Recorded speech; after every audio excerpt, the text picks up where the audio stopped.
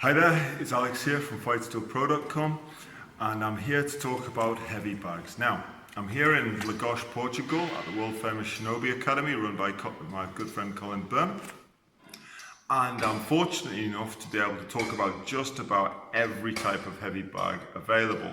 So these are all bags that are being used in a gym all the time. As usual, I think I've mentioned this in previous videos, it's very rare to walk into a gym and find lots and lots of different bags from different brands, because people tend to like to have all one brand in the gym. So the main brand here, as you can see, is Revgear, and we've got Fuji mats, which are some of the world's greatest mats. We've got Revgear heavy bags. We do have over here a wall unit.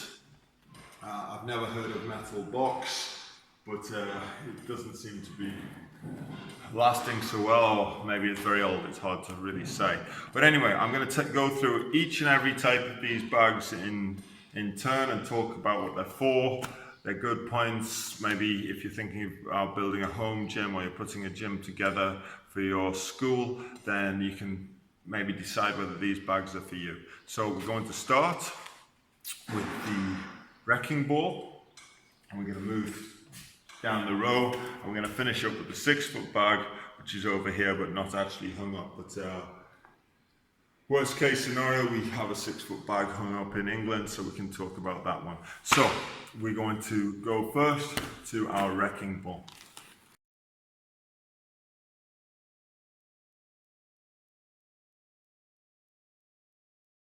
Hi there, this is Alex from Fightstorepro.com. I'm here at Lagos, Portugal at the Shinobi Academy, my friend's place, Colin Byrne.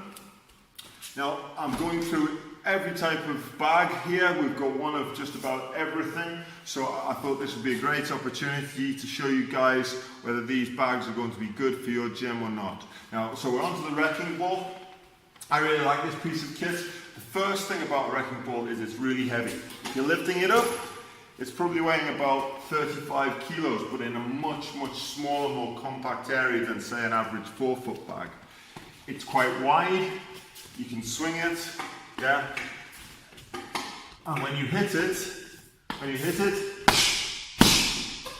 it doesn't move so much because it's dense ground. Now what a wrecking ball is good for is you can come in low, practice those angles,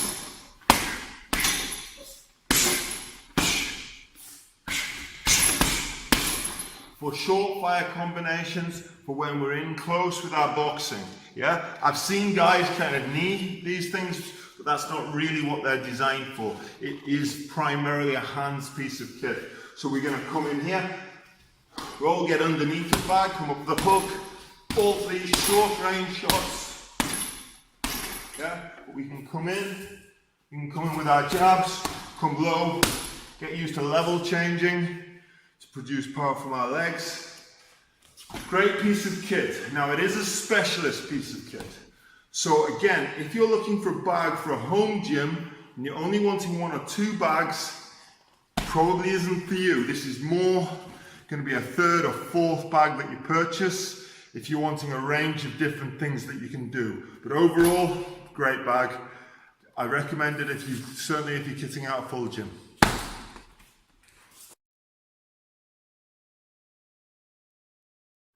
Hi guys, Alex from Fightstorepro.com here, and we're here in Lagos, Portugal at the world famous Shinobi Academy. If you're watching the first video, that will have set the scene, so maybe look back at one in the series. This is part 2. We're going to talk about the wall units. Now there's various different makes. I've never heard of this one. It doesn't really matter. We're just going to talk about this unit, what it's used for, and whether it's a good piece of equipment for you or not so good piece of equipment for you. Now, this isn't really a good height for me. As you can see, they're adjustable. This one is rather, you can turn it, you can move the unit up or down. Now I really like this piece of equipment. Its primary purpose is to work on all angles. So we're going to jab here, yeah? We can jab, come in low, come up for the backhand uppercut, then round for the left hook. You can step your angles here. So you step off to the 45, come round here, come round with a left hook to the head on the angle, switch to the uppercut, come round and switch your angle back. So this piece of equipment is all about boxing angles. I've seen people wail on it and use it as a heavy bag. It isn't a heavy bag, it's a piece of technical training equipment. So if you're training technical skill and want to really improve your hand angles and the way you come in on punches, even with kicks, you can step off here, come here. Now I wouldn't recommend kicking this hard, but it can be used for, again, for angles and technical practice. So it's a great piece of kit. It's also very handy because it doesn't need a lot of space on the actual wall, and you don't need a particularly high ceiling height, which can be a problem with bags. The downsides of this, firstly, you need a very, very strong wall. As you can see here, Colin has bolted this in, 4 bolts here, 4 bolts here, 4 bolts at the bottom, and 4 bolts on the other side. So there's 16 bolts holding this in. If you have a weak wall of any type, you're going to just rip this off the wall. So be very, very sure about what type of wall you're putting into it. If you're putting into brick, consult somebody who knows about DIY or construction. So this is the wall unit. You can get a Rev Gear version, a Fairtex version, a Sandy version, probably Top King Twins too. Probox make one. There's probably other brands too. Those are ones I know off the top of my head. I think this is a fantastic piece of kit for boxing skill, but you can't just use it as a heavy bag. So if you're just wanting to do fitness and burn some calories, this isn't the piece of kit for you. But overall, great technical piece of boxing kit. Next up, the wrecking ball.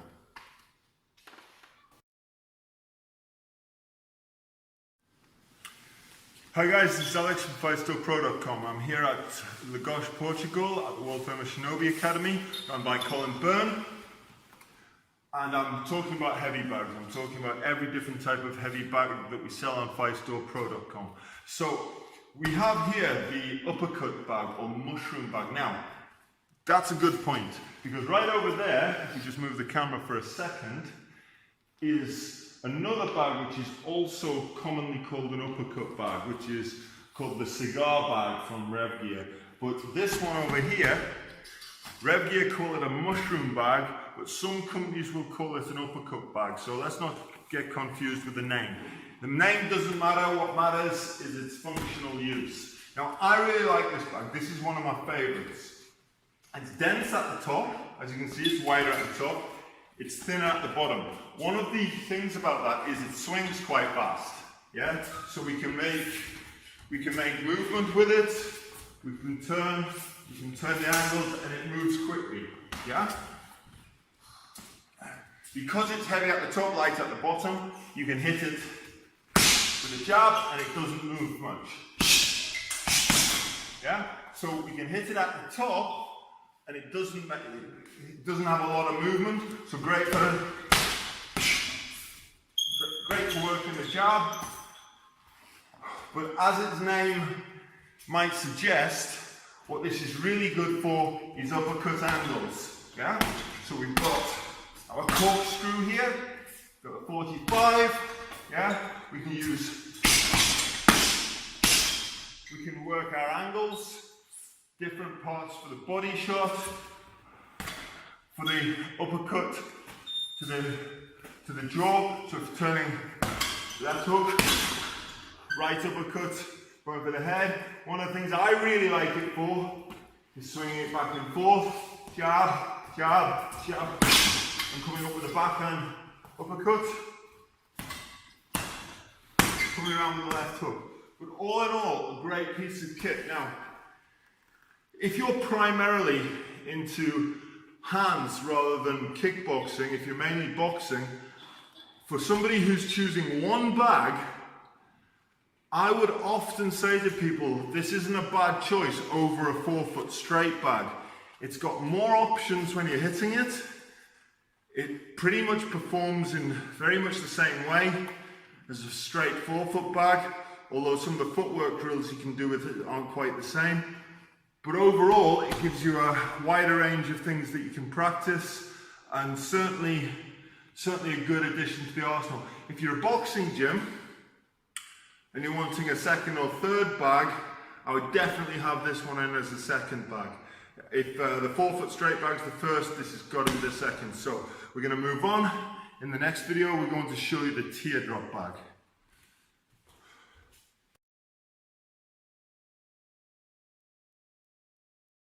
Hi guys, this is Alex here from Fightstorepro.com, and as I've mentioned in my last couple of videos, I'm coming to you here from Lagos in Portugal at my friend's academy, Colin Byrne's Shinobi Academy.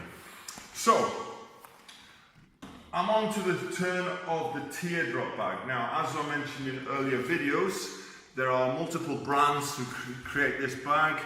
I believe Fairtex do one, obviously this one's a Rev Gear bag. I think most of the big boxing and Thai boxing companies make a version of this bag. Who makes it is unimportant. What's important is this a useful bag for your gym or for your home gym? This bag got multifunctional use. It operates very much like a normal 4-foot bag. It's quite heavy, yeah, and because it's heavy at the bottom, yeah, it doesn't move so much when you hit it right. Now, a lot of Thai boxing guys like this because they can clean in different angles with it, they can hold, they can turn their elbow on it, and it kind of lends itself to that.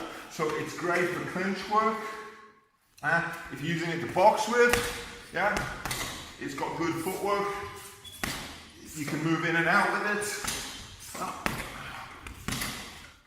It's got all sorts of different functional usages. Now, would I have this before I have a straight bag? No. This is definitely a second or a third bag that you would purchase. It's a good bag, it's got a lot of different uses, but if you're only going to have one bag, and we're going to come to it later in the series, the simple 4-foot bag, certainly for boxing, is probably the stalwart. However, for a second or third choice bag, if you're going to have more than one, I'll go for either this or the uppercut bag, or mushroom bag as Rev Gear Sports call it. Okay, on to the next one.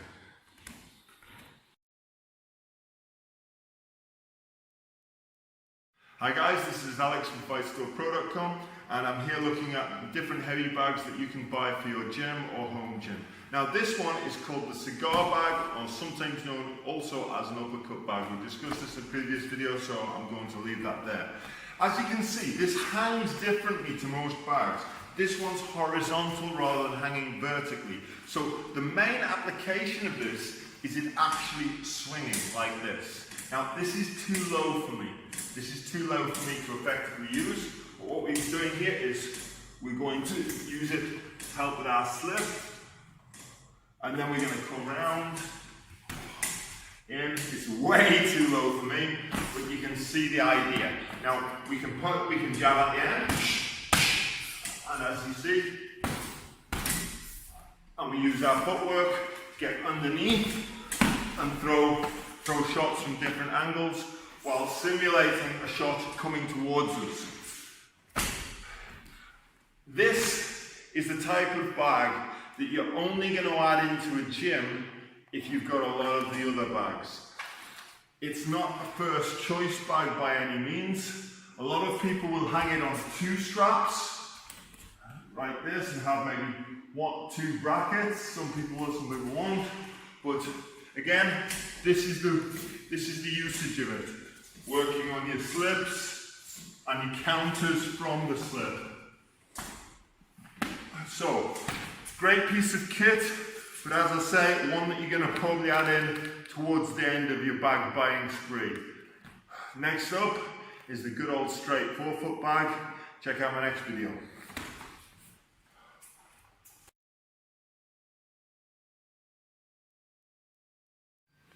Hi guys, this is Alex from Fightstorepro.com, and in the last little video on our heavy bag series, I'm going to come to the Old Faithful, the very first bag that anybody, in my opinion, should be buying if they're boxing. If you're kickboxing, you'd maybe buy the 6-foot version, but we'll talk about that later. So, we've got the Rev Gear 4-foot bag here. Now, the brand, as I've said in previous videos, doesn't really matter, but I am going to talk about construction material for a second here. These ones here are made of 22-ounce vinyl, constructed in the USA, which is very, very, very unusual, but I know that that's all to do with the quality of the construction. It uses very, very heavy, quality, heavy duty strapping, heavy quality D-rings at the top. I don't know whether you can see here, but the amount of stitching here between the straps and the outer ring is very heavy. You can't see the zip, thankfully, but it's uber strong. Leather is not necessarily a superior quality material when constructing heavy bags. This is a misnomer. In fact, if you're in a hot country like this, where during the summer it's going to get very humid, then the one thing about leather is it's an organic material and it can rot, so that when it gets wet and humid and then dries out, wet and humid dries out, wet and humid dries out, then it starts to crack. Now, 22-ounce vinyl doesn't do that. So when you're thinking about buying a bag, don't necessarily equate leather with quality. You can get very cheap leather bags, and you can get very expensive leather bags. You can get very cheap PU bags. You can get very expensive vinyl bags. This is vinyl. Sandy make a good one. Fairtex make a good one. Probox make great bags. Ringside are making some bags now. I believe they're pretty good too. I haven't actually tried one, so it's difficult for me to say from this video. This one's a great bag. I would go generally for about a 40-kilo bag on a boxing punch bag like this. You don't need it that much heavier, but certainly don't want it too much lighter. I think 30 is probably too light. 35, 40, 45, all good. So this is just an all-around bag. They swing slow. We can use it for a variety of drills. You can use it for a workout. Yeah, they're going to move around a little, but not too much if you get the right weight bag. When you hit a bag, you want it to jump. You don't want it to swing. Anybody can swing a bag, well, that's no energy at all. But this should be the first bag you buy. If you're not kickboxing, if you're kickboxing, you might want to look at the 6-foot bag. But certainly for a boxing gym or anything hands, 4-foot bag is the starting point for any gym. Until next time, see you later. There's Ren.